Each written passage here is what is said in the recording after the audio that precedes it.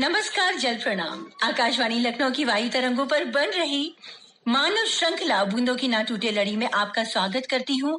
मैं रेडियो जल मित्र ज्योति और मैं रेडियो जल मित्र विनय। जैसा कि आप जानते हैं कि इस कार्यक्रम में हम हर रोज किसी जल योद्धा से मिलवाते हैं जिनका जल संरक्षण में कोई उल्लेखनीय योगदान हो। हमारे आज के जल योद्धा अशोक राठौर जी सूरत गुजरात से हैं। आप सीईओ अकाउंट सर्विसेज हैं। इसके अलावा अशोक जी रिसर्च डायरेक्टर एट सरा का रिसर्च इनकॉर्पोरेशन भी है। आज हम इनसे आर्टिफिशियल रेन वाटर हार्वेस्टिंग के बारे में जानेंगे। आपका बहुत बहुत स्वागत है अशोक राठौर जी। सर, सबसे पहले आपसे हम ये जानना चाहेंगे कि आर्टिफिशियल रेन हार्वेस्टिंग होती क्या है? जी बिल्कुल।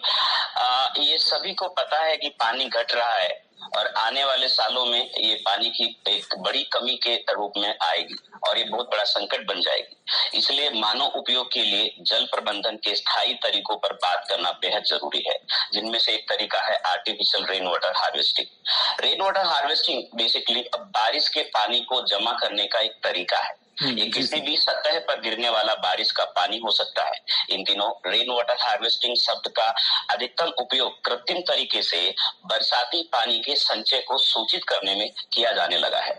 इसके लिए विभिन्न प्रकार के स्ट्रक्चर जैसे कलेक्शन टैंक, नए तालाब, check dam, gabion structure, stop dam, percolation tank जमीन के ऊपर या नीचे बनाए जाते हैं। संचित पानी को बाद में फिल्टर किया जाता है और फिर इस्तेमाल करने के लिए जमा किया जाता है। आर्टिफिशियल रेन वाटर हार्वेस्टिंग सूक्ष्म स्तर पर वर्षा जल के संग्रहण और भंडारण की एक प्रणाली है, जो कि इंडस्ट्री या शहरों की बिल्डिंग के रूफटॉप एरिया को पानी को एकत्रित करने के लिए किया जाता है। रूफटॉप एरिया के ऊपर जो बारिश पड़ती है उसे पाइप के सहारे किसी टंकी में या किसी अंडरग्राउंड टैंक में एकत्रित करके उसे प्रयोग में लाया जाता है, जिससे वर्षा का पानी बर्बाद होने से बच जाता है और इंडस्ट्री में फ्रेश वाटर की खपत भी कम हो जाती है। बारिश को सीधे जमीन के नीचे संग्रह के काम को ग्राउंड वाटर रिचार्ज कहते हैं। इसे छोटे तालाब, भूमिगत टैंक, बांध आदि के इस्तेमाल से जल संरक्षण किया जा सकता है। Artificial rain water recharge system एक नया तरीका है। इसे कुआं खोदकर, गड्ढा बनाकर या खाई, हैंडपंप, कुएं को दोबारा चार्ज करके भी किया जा सकता है। जी सर, आपसे ये हम जानना चाहेंगे कि आर्टिफिशियल रेन वाटर हार्वेस्टिंग प्राकृतिक रेन वाटर हार्वेस्टिंग से कैसे अलग है? जी बिल्कुल। पहले आपको भी सभी को ज्ञात है कि गांव, कस्बों या नगरों की सीमा पर या कहीं निचली सतह पर तालाब अवश्य होते थे। आज वो धीरे धीरे तालाब सूखे जा रहे हैं। पहले जो तालाब होते थे जिनमें स्वाभाविक रूप से मानसून की वर्षा का जल एकत्रित हो जाता था या जल पूरे गांव के पशुओं के लिए अन्य कामों में आता था। बरसात के मौसम में जब धरती पर पानी बरसता है तो उसका कुछ अंश धरती की गहराइयों में अपने आप उतर जाता है। कुछ भाग निचली सतह पर आकर इकट्ठा हो जाता है, जैसे कि तालाब या झील में। यह काम प्रकृति खुद करती है।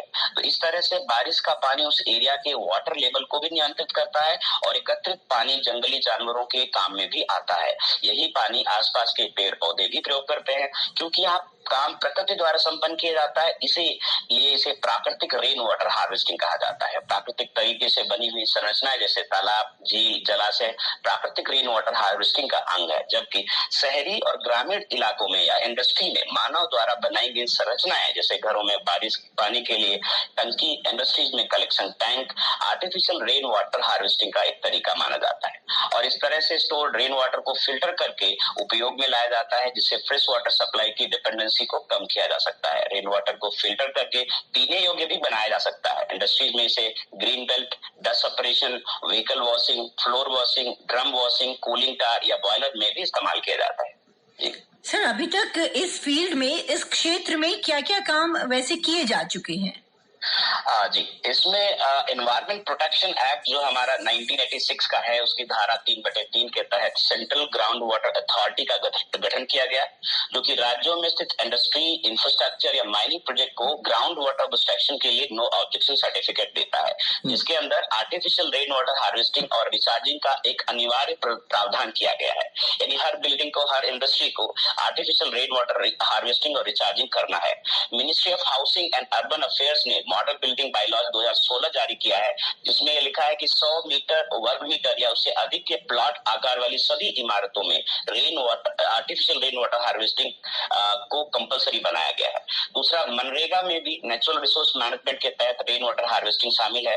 भारत सरकार ने सभी राज्यों के लिए एक मॉडल विधेयक पारित किया है ताकि वे उपयुक्त भूजल कानून बनाने में सक्षम हो सके, जिसमें रेन वाटर हार्वेस्टिंग का प्रावधान भी शामिल है। और अब तक 21 राज्यों ने भूजल कानून को अपनाया और लागू किया है। भारत सरकार ने 2019 में जल शक्ति अभियान शुरू किया, जिसका उद्देश्य भारत के 256 जिलों के जल संकट वाले ब्लॉक में ग्राउंड वाटर की स्थिति और वाटर अवेलेबिलिटी में सुधार करना था।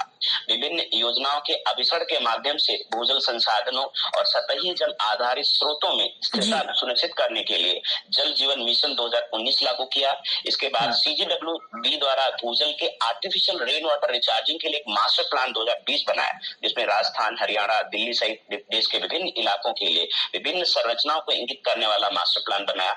इस मास्टर प्लान में लगभग 1.5 crore artificial rain water harvesting और रिचार्जिंग स्ट्रक्चर का उपयोग करके लगभग 185 बिलियन क्यूबिक मीटर बारिश का पानी इकट्ठा करने की परिकल्पना की गई है।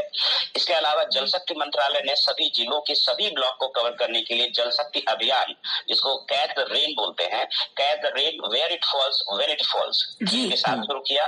जो यह अभियान 22 मार्च 2021 को माननीय प्रधानमंत्री द्वारा शुरू किया गया था।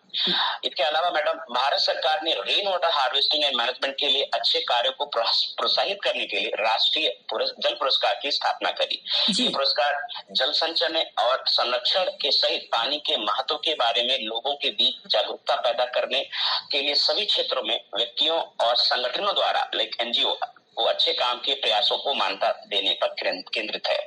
इसके अलावा कई राज्यों ने रेन वाटर हार्वेस्टिंग क्षेत्र में उल्लेखनीय कार्य किया है, जैसे राजस्थान में मुख्यमंत्री जल स्वावलंबन अभियान, महाराष्ट्र में जलयुक्त शिविर, गुजरात में सुलजाम सुफलाम अभियान, तेलंगाना में मिशन कार्तिकीय एंड आंध्र प्रदेश में नीरू चट्टू, बिहार में जल जीवन हरियाली, हरियाणा में जल ही जीवन है और तमिलनाडु में कुडिमार्थम योजना इत्यादि इत्यादि।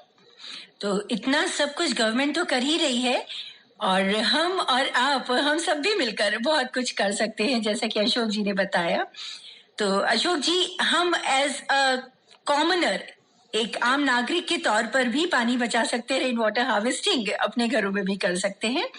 जी बिल्कुल, क्योंकि हम पहले ये स्थानीय लेवल पे हर एक व्यक्ति की अपनी जिम्मेदारी समझनी होगी कि पानी एक कितना इम्पोर्टेंट रिसोर्स है, जिसको अगर हम आज नहीं बचाएंगे तो आगे आने वाले 20 साल 30 सालों में पानी ये अक्षुब्ध नहीं होगी कि तीसरा विश्व युद्ध पानी के लिए लड़ा जाए, क्योंकि पानी ही एक ऐसी चीज है, एक कमोडिटी है जो बिना पानी के कुछ भी हम लोग नहीं कर सकते। तो सबसे अच्छा तरीका है कि जो बारिश का पानी है उसे अपने रूफटॉप एरिया को कहीं पाइप के स्ट्रक्चर के थ्रू हम कहीं इकट्ठा करें, टैंक बनाए, अंडरग्राउंड टैंक बनाए और उस टैंक से उस पानी को फिल्टर करके, क्योंकि पानी जो है उसका TDS बहुत कम है, 150 के अंदर होता है, यानी वो पानी पीने योग्य है। केवल उसमें से जो भी इम्प्योरिटीज है उनको फिल्टर करना है, उसके अलावा कोई भी प्रकार का उसमें ट्रीटमेंट देने की जरूरत नहीं है।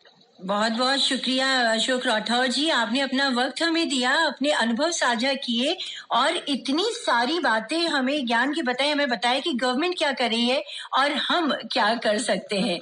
श्रोताओं, ये थे अशोक राठौर जी। आपका शुक्रिया अशोक राठौर जी। और श्रोताओं, आपसे अभी कहना चाहेंगे कि आपको ये कार्यक्रम कैसा लगता है, आप हमें जरूर बताएं हमारे ईमेल आईडी पर मेल करके, और हमारा ईमेल आईडी है bkntl100@gmail.com। श्रोताओं, इस मेल आईडी पर प्राप्त कुछ मेल हम पढ़ेंगे, लेकिन म्यूजिकल ब्रेक के उस पार।